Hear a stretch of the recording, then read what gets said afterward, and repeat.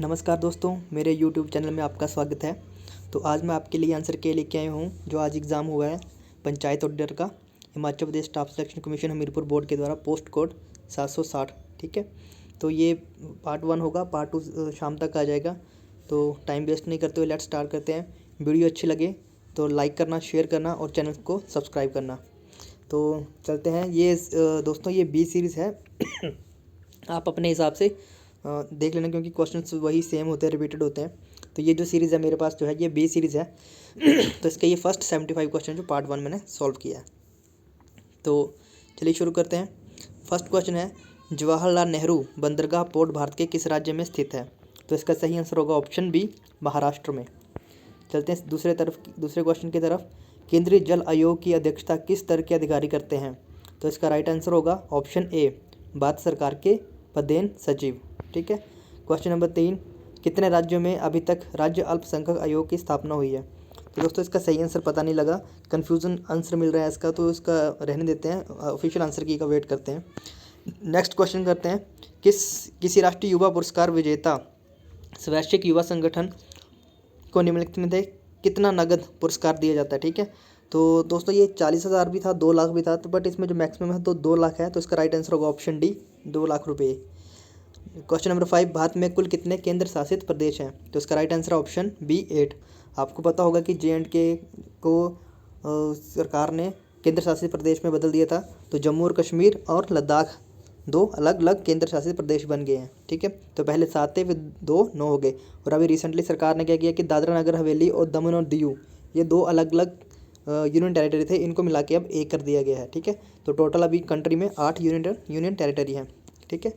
Next question, निम्नलिखित में से कौन सा पूर्वता क्रम में निम्नतम स्थान पर है? ठीक है, तो ये बता रहा है कि इनमें से लोएस्ट रैंक किसका है। ठीक है, तो इसमें ऑप्शन डी राइट आंसर होगा, डी, सुप्रीम कोर्ट का जज। ठीक है, तो उच्च न्यायालय के न्यायाधीश जो है इसमें न्यूनतम आएगा। बाकी मुख्य न्यायाधीश भारत रत्न प्राप्त करता होता है, और मुख्य चुनाव आयुक्त ये इससे हाईएस्ट ऑर्डर पे होते हैं मेरिट में। ठीक है। क्वेश्चन नंबर 7, निम्नलिखित में से किसे मरणोपरांत भारत रत्न दिया गया था? ठीक है, तो इसका सही आंसर होगा option B, JP Narayan, Jagat Prakash Narayan ji को मरणोपरांत भारत रत्न दिया गया था। ठीक है, 7th का right answer B. Question number 8, किस काल के दौरान हस्त निर्मित मातृभांड का सर्वप्रथम उपयोग किया गया था? तो इसका राइट आंसर होगा ऑप्शन ए, ठीक है, पूरा प्रस्तरकर काल। ठीक है, पैलियोथिक एज। ठीक है, तो 8 का राइट आंसर ऑप्शन ए। दोस्तों अगर कहीं मैं गलत आंसर बता रहा होगा तो आप प्लीज़ कमेंट में बता देना। क्वेश्चन नंबर 9, वेदों को निम्नलिखित में से किस में विभाजित किया गया है? तो इसका एक्चुअली ये होना था किस में नहीं किया गया है, तो इसमें ऑप्शन डी राइट आंसर होना था, वेदांग। क्योंकि हमारे जो है वेद हैं, इनको संहिता, ब्राह्मण, आर्यक और उपनिषद, इनमें 4 भागों में बांटा गया है। ठीक है, तो ये चारों के चार होने थे। इसमें जो वेदांग है इसमें नहीं होना था, बस इसमें क्वेश्चन इन्होंने गलत पूछा है। ठीक है, तो 9 का नन ऑफ दीज होगा, ये सबको 1 नंबर मिल जाएगा इसका। नेक्स्ट क्वेश्चन, सूरसेन महाजनपद की राजधानी किस स्थान पर थी? तो इसका राइट आंसर है ऑप्शन बी, मथुरा। निम्नलिखित में से किस राजसी संरक्षण में चौथी बौद्ध संगीति हुई? ठीक है, तो इसका सही आंसर है कनिष्क।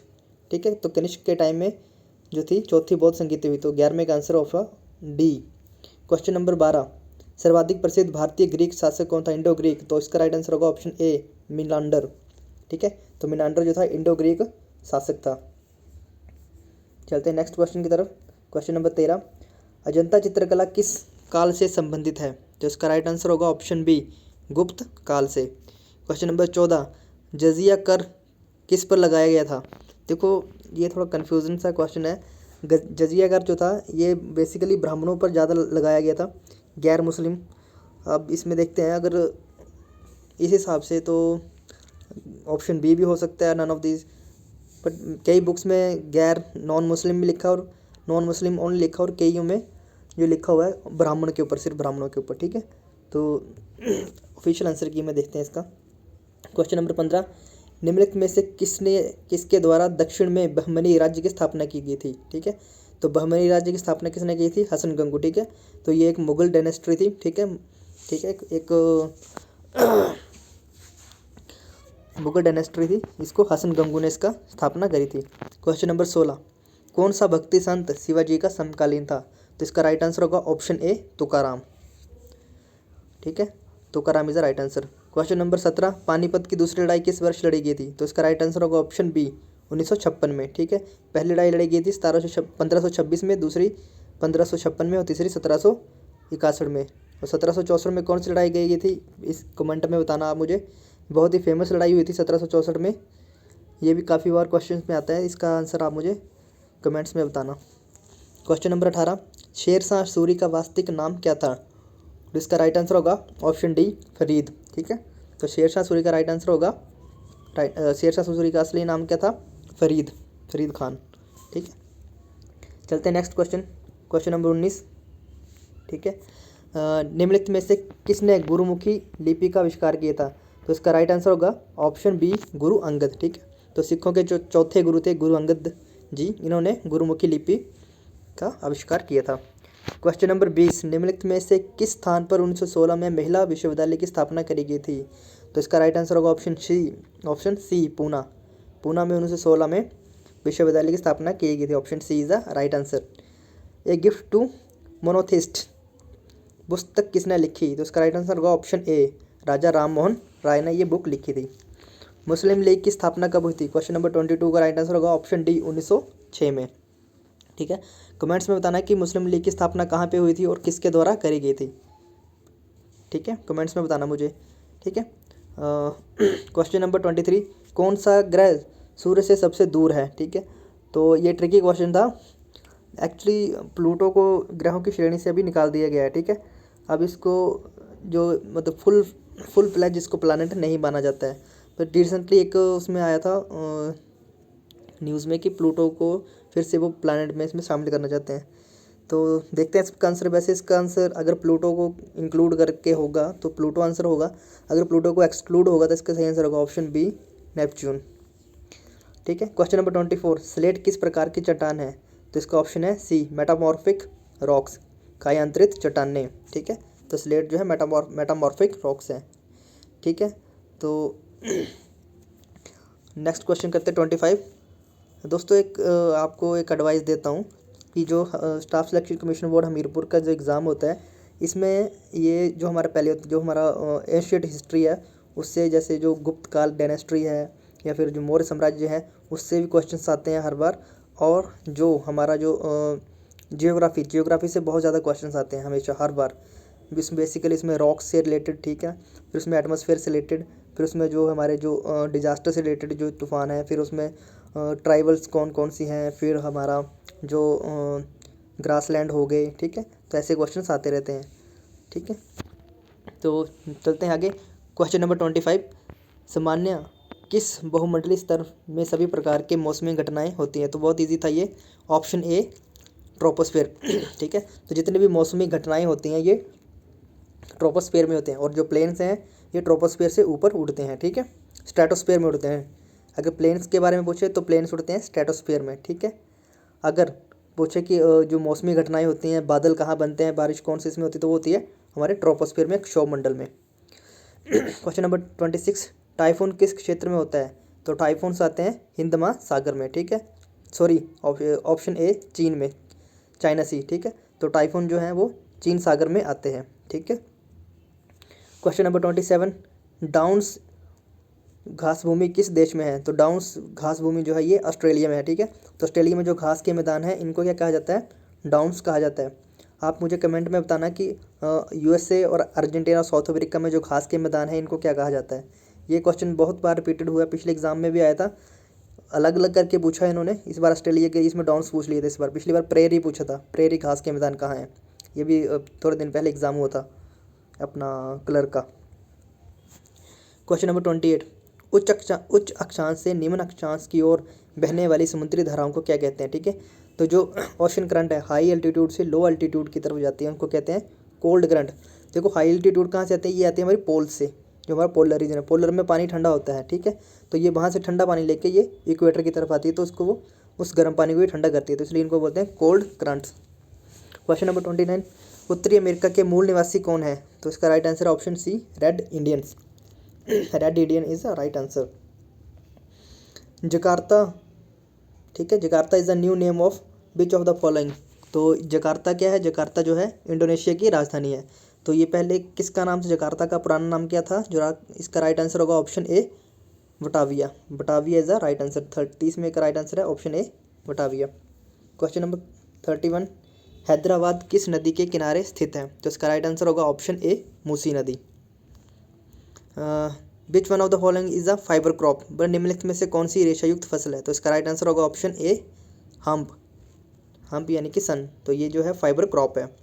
क्वेश्चन नंबर 33, कौन सा बोला which is a non metallic mineral. ठीक है, तो इनमें से नॉन मेटेलिक कौन है, लेड।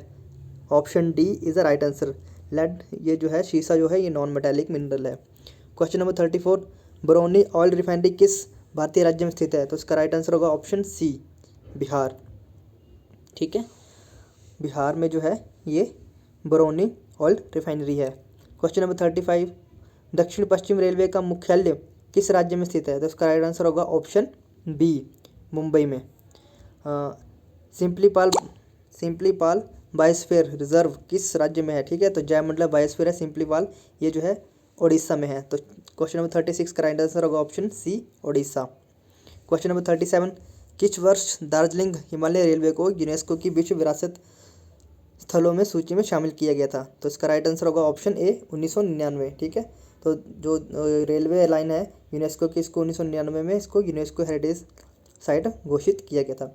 अब मुझे ये बताना था कि कालका शिमला जो हमारी रेल ट्रैक है, रेलवे लाइन है, इसको कौन से ईयर में यूनेस्को ने हेरिटेज साइट घोषित किया है। कमेंट्स में बताना इसके बारे में। ठीक है, क्वेश्चन नंबर 38, किस संवैधानिक संशोधन अधिनियम के द्वारा दिल्ली को भारत के राष्ट्रीय राजधानी क्षेत्र का दर्जा दिया गया है। तो इसका राइट आंसर है ऑप्शन ए 69। ठीक है, 69वें संविधान संशोधन के द्वारा दिल्ली को भारतीय राष्ट्रीय राजधानी घोषित किया गया है। क्वेश्चन नंबर 39, निम्नलिखित में से कौन संसद के दोनों सदनों की संयुक्त बैठक बुला सकता है। तो इसका राइट आंसर है ऑप्शन ए प्रेसिडेंट। ठीक है, तो राष्ट्रपति जो है ये संसद के दोनों सदनों की ज्वाइंट पार्लियामेंट को ज्वाइंट सेटिंग को बुला सकता है। और आप मुझे कमेंट में बताना कि जो ज्वाइंट सेशन होता है इसकी जो अध्यक्षता होती है वो कौन करता है। ठीक है, दोनों सदनों की जो अध्यक्षता होती है वो कौन करता है। क्वेश्चन नंबर 40, कौन लोकसभा के अवधि समाप्त होने से पहले उसके विसर्जन की अनुशंसा कर सकता है। ठीक है, तो कौन कर सकता है, ये राष्ट्रपति। Option B is the right answer. Question number 41, संसद का कौन सा सत्र सबसे छोटा होता है। तो इसका right answer option C budget सत्र। ठीक है, संसद में अब तक कितने सर्वोच्च न्यायालय के न्यायाधीशों पर महाभियोग लगाया गया है। ठीक है, तो ये 42 का राइट आंसर है ऑप्शन सी। तीन न्यायाधीशों पर जो है महाभियोग लगाया जा चुका है। चलते हैं नेक्स्ट क्वेश्चन। क्वेश्चन नंबर 44, निम्नलिखित में से किसके प्रसाद पर्यंत मुख्यमंत्री अपना पद धारण करता है। ठीक है, तो मुख्यमंत्री जो है राज्यपाल के प्रसाद पर्यंत अपना पद धारण करता है। ठीक है, तो इसका राइट आंसर होगा 43 का राइट आंसर होगा ऑप्शन सी गवर्नर। ठीक है, राज्यपाल। क्वेश्चन नंबर 44, निम्नलिखित में से कौन सी राज्य विधानसभा में सबसे कम सीटें हैं। तो इसका राइट आंसर है ऑप्शन ए सिक्किम। ठीक है, तो सिक्किम में जो है सबसे कम विधानसभा सीटें हैं, ओनली 32 यहाँ पे सीटें हैं। क्वेश्चन नंबर 45, मुख्य चुनाव आयुक्त का पदावधि कितने वर्ष होती है। तो इसका राइट आंसर होगा option D none of this. ठीक है, वैसे इसका राइट आंसर होता है 6 साल, तो 6 साल किसी ऑप्शन में दिया नहीं हुआ है, तो राइट आंसर होगा option D none of this. निम्नलिखित में से कौन भारतीय अर्थव्यवस्था के प्राथमिक क्षेत्र में आता है। तो प्राइमरी सेक्टर में कौन सा आता है, वानिकी। ठीक है, तो फॉरेस्ट्री जो है ये जो है प्राइमरी सेक्टर में आती है हमारे। क्वेश्चन नंबर 47, प्रथम पंचवर्षीय योजना के दौरान किस क्षेत्र को सर्वाधिक योजना लागत थी। ठीक है, तो इसका राइट आंसर होगा ऑप्शन ए एग्रीकल्चर। ठीक है, फर्स्ट 5 ईयर प्लान में जो हमने एग्रीकल्चर पे ज़्यादा हमने ध्यान दिया। Silver revolution is related to production of. ठीक है, तो सिल्वर रेवोल्यूशन जो रजत क्रांति है किस उत्पादन से संबंधित है, ये इसका राइट आंसर है ऑप्शन डी एग। ठीक है, तो सिल्वर रेवोल्यूशन जो है ये अंडे से संबंधित है। और अगर पूछे सिल्वर फाइबर रेवोल्यूशन, ठीक है, अगर सिल्वर फाइबर रेवोल्यूशन पूछे तो वो होगा कपास से। अगर ओनली सिल्वर रेवोल्यूशन पूछे तो वो होगा एग से। और अगर आपको पूछे कि गोल्डन फाइबर रेवोल्यूशन, तो गोल्डन फाइबर रेवोल्यूशन जो होती है वो है जूट, जो हमारा जूट का उत्पादन है। और एक दो हमारी और रेवोल्यूशन है गोल्डन रेवोल्यूशन, इसका मुझे आंसर याद नहीं आ रहा। गोल्डन रेवोल्यूशन मैं आपको बाद में बताता हूँ इसका आंसर। ठीक है। तो जितनी भी जो हमारी रेवोल्यूशन हुई है इनसे रिलेटेड हर बार हर एग्ज़ाम में कोई ना कोई क्वेश्चन पूछा जाता है, तो आप प्लीज़ इनको पढ़ लीजिए कि ये। चलते हैं 49 question. State Bank of India was previously called as, ठीक है। तो भारतीय स्टेट बैंक को पहले क्या कहा जाता था? इसका राइट आंसर होगा option B, Imperial Bank of India, ठीक है। तो स्टेट बैंक को पहले इंपीरियल बैंक ऑफ इंडिया कहा जाता था। 1 जुलाई 1955 में इसका नाम बदल के SBI कर दिया गया, स्टेट बैंक ऑफ इंडिया, ठीक है। ये डेट्स भी याद रखना है आप, 1 जुलाई 1955, कई बार ऐसे ही पूछ सकते हैं एग्जामिनर घुमा के। आगे क्वेश्चन नंबर 50वां, किस वर्ष को महान विभाजन का वर्ष कहा जाता है? तो इसका राइट आंसर है ऑप्शन सी, 1921। क्वेश्चन नंबर 51, निम्नलिखित में से किसके द्वारा रैबीज होता है? ठीक है। तो हम सभी को पता है कि रैबीज किसकी वजह से होता है? रैबीज जो होता है वायरस की वजह से होता है, ठीक है। ठीक है, जानवरों के मुंह में जो लार में जो है रैबीज जो है पनपता है, अगर किसी को काट ले तो वो रैबीज हो जाता है, ठीक है। तो वायरस की वजह से होता है। क्वेश्चन नंबर 52, निम्नलिखित में से किसमें क्विनिन निष्कर्षित की जाती है? ठीक है। तो क्विनिन जो है सिनकोना के पेड़ से निकाली जाती है, ठीक है। तो इसमें सिनकोना कहीं भी ऑप्शन में नहीं था, तो राइट आंसर होगा ऑप्शन डी, इनमें से कोई नहीं, none of these. Question number 53, किस खाद्य फसल में सर्वाधिक मात्रा में प्रोटीन होता है? तो इसका राइट आंसर है ऑप्शन डी, सोयाबीन। सोयाबीन में जो है सबसे ज़्यादा, इन चारों में सबसे ज़्यादा प्रोटीन जो है सोयाबीन में होता है। क्वेश्चन नंबर 54, बेकरी में ब्रेड बनाने में यीस्ट का प्रयोग होता है क्यों डालते हैं हम यीस्ट? तो 54 का राइट आंसर होगा ऑप्शन सी, ब्रेड को नरम और स्पंजी बनाती है, ठीक है। यीस्ट क्या करती है? उसको सॉफ्ट बना देती है, उसको स्पंजी बना देती है। 54 का राइट आंसर सी। ये दोस्तों बी सीरीज़ है, ठीक है। तो आप अपने हिसाब से क्वेश्चंस को देख लेना। क्वेश्चन नंबर 55, पांडा किसके समान कुल का है? ठीक है। तो पांडा किसके समान कुल का है? पांडा जो है भालू, ठीक है। तो पांडा जो है बिलोंग्स टू कर किससे फैमिली से बिलोंग्स करता है? ये भालू की फैमिली से बिलोंग करता है। Question number 56, the basic structural and fundamental unit of living organism is. तो इसका राइट आंसर होगा ऑप्शन ए, सेल, ठीक है। A is the right answer, cell. 56 का राइट आंसर है ए। क्वेश्चन नंबर 57, दो दांत और हड्डियों की मजबूती और कठोरता किससे आती है? तो क्या होता है? कैल्शियम से, ठीक है। तो दांत और हड्डियों में क्या होता है? कैल्शियम होता है, जिसकी वजह से क्या आती है? इनमें कठोरता आती है। Option A right answer.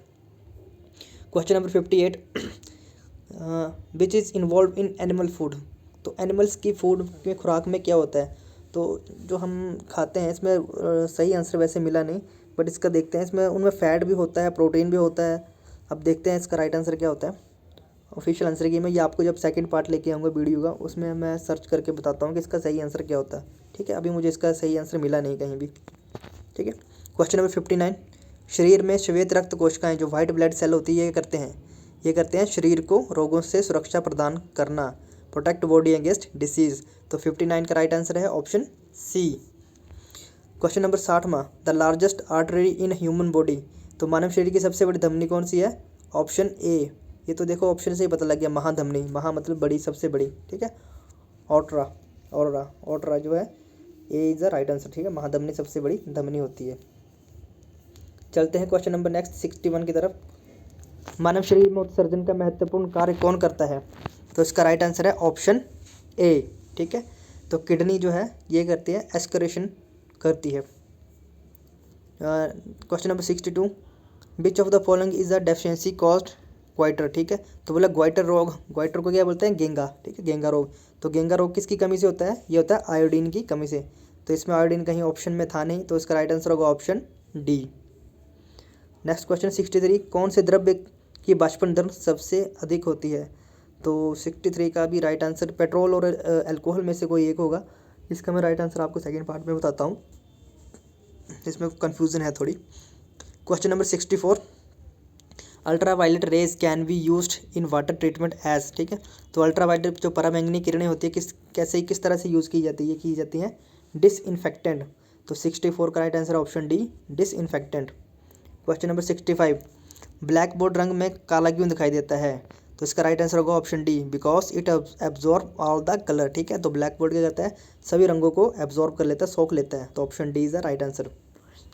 Question number 66, electric bulb के अंदर कौन सी गैस भरी होती है? तो इसका सही आंसर होगा ऑप्शन सी, ऑर्गन, ठीक है। तो ये काफ़ी इजी क्वेश्चन था। ऑर्गन जो है इलेक्ट्रिक बल्ब के अंदर जो है ऑर्गन गैस भरी होती है। चलते हैं नेक्स्ट क्वेश्चन की तरफ। 67, boiling point of water depend upon, ठीक है। तो इसका राइट आंसर होगा ऑप्शन सी, एटमॉस्फेरिक प्रेशर। ठीक है, जो बॉइलिंग पॉइंट होता है किसी भी लिक्विड का या वाटर का रख लो, तो वो किसके ऊपर डिपेंड करता है, वो करता है हमारे एटमॉस्फेरिक प्रेशर के वायुमंडलीय दाब पे निर्भर करता है। ठीक है, और इसमें एक बार कई बार ऐसे भी क्वेश्चन पूछते हैं कि बॉइलिंग टेम्परेचर कब अटेन होता है। ठीक है, तो जनरली बच्चे क्या करते हैं कि जब पानी बॉयल स्टार्ट होना हो गया तो वो जो है या 100 डिग्री पे पहुंच गया तो वाटर जो है बॉयल करना स्टार्ट कर देता है। बट इसका राइट आंसर होता है कि जब वेपर प्रेशर जो हमारा लिक्विड का होता है वो इक्वल हो जाता है हमारे atmospheric vapour pressure of atmosphere. ठीक है, तो एटमॉस्फेरिक प्रेशर और वेपर प्रेशर जब इक्वल हो जाते हैं तो उस पॉइंट को हम कहते हैं बॉइलिंग पॉइंट। क्वेश्चन नंबर 68, निम्नलिखित में से कौन सा तत्व रेडियो सक्रिय नहीं है। तो रेडियम, प्लूटोनियम और यूरेनियम ये तीनों रेडियो एक्टिव सब्सटेंस है। राइट आंसर है इसका ऑप्शन सी, जिरकोनियम। ठीक है, तो जिरकोनियम जो है रेडियो एक्टिव सब्सटेंस नहीं है। क्वेश्चन नंबर 69, लोहे पर जस्ते की परत चढ़ाने की प्रक्रिया को क्या कहते हैं। तो इसका राइट आंसर है ऑप्शन ए, गैल्वेनाइजेशन। ठीक है, तो 69 का राइट आंसर होगा ऑप्शन ए, गैल्वेनाइजेशन। क्वेश्चन 17, कोका कोला का खट्टा स्वाद किसके कारण होता है। तो 17 का राइट आंसर है ऑप्शन बी, फॉस्फोरिक एसिड। ठीक है, तो कोका कोला में क्या होता है, फॉस्फोरिक एसिड होता है जिसकी वजह से हमें वो कभी कभी खट्टा टेस्ट भी देता है। क्वेश्चन नंबर 71, निम्नलिखित में से कौन सी हिमाचल प्रदेश की सुदूर पर्वत श्रृंखला है, यानी कि जो हमारे पूर्व में जो सबसे सुदूर पर्वत श्रृंखला है तो ये कौन सी है, जास्कर। ठीक है, कमेंट में बताइए कि जास्कर पर्वत श्रृंखला कहाँ पे है और ये हिमाचल प्रदेश को किससे अलग करती है। कई बहुत बार ये क्वेश्चन पूछा जाता है। ठीक है, क्वेश्चन नंबर 72, कालिदास ने किसको देवात्मा के रूप में वर्णन किया है। ठीक है, तो कालिदास ने हिमालय को देवात्मा के रूप में कहा है। तो राइट आंसर है 72 का बी। नेक्स्ट क्वेश्चन करते हैं, क्वेश्चन नंबर 73, निम्नलिखित में से कौन सा जिला नए हिमाचल का भाग है। तो ये तीनों के तीनों जो है कांगड़ा, कुल्लू, लाहौल स्पीति, ये जो है न्यू हिमाचल में आते हैं। ठीक है, ऑल ऑफ दिस इसका राइट आंसर होगा 73 का राइट आंसर ऑप्शन डी। एक मिनट, सिरमौर 1955 जब बना था हिमाचल प्रदेश तो 4 जिले थे, महासू, चंबा और दोस्तों इसका सही आंसर चलो मैं आपको बाद में बताता हूँ इसका सही आंसर। वैसे इसका ये सभी जो है नए हिमाचल में, कुल्लू भी बाद में बना है और लाहौल स्पीति भी बाद में बना है। चलते हैं नेक्स्ट क्वेश्चन चलते हैं। चीनी यात्री हेनसांग ने किस झील को लोहित्य सरोवर कहा था। तो इसका राइट आंसर है ऑप्शन ए, चंद्रताल। ठीक है, तो हेनसांग ने चंद्रताल लेक को क्या कहा था, लोहित्य सरोवर। चंद्रताल लेक जो है ये लाहौल स्पीति में है और लाहौल स्पीति में कौन सी जगह है मेनली, ये स्पीति वैली में है। ठीक है, क्वेश्चन नंबर 75, हारला हिमाचल प्रदेश की किस नदी की सहायक नदी है। तो इसका राइट आंसर होगा ऑप्शन ए, ब्यास। ठीक है, तो हारला जो है ब्यास नदी की ट्रिब्यूटरी है। ठीक है, तो ये फर्स्ट पार्ट था दोस्तों। सेकंड पार्ट में जल्दी लेके आता हूँ। वीडियो को डू लाइक एंड शेयर, अच्छी लगे तो लाइक करना, और सेकंड पार्ट का जो लिंक है मैं आपको डिस्क्रिप्शन में दे दूँगा थोड़ी देर में, और तब तक आप अपना फर्स्ट पार्ट देख लीजिए। Thank you for watching, love you, जय भारत, जय हिमाचल।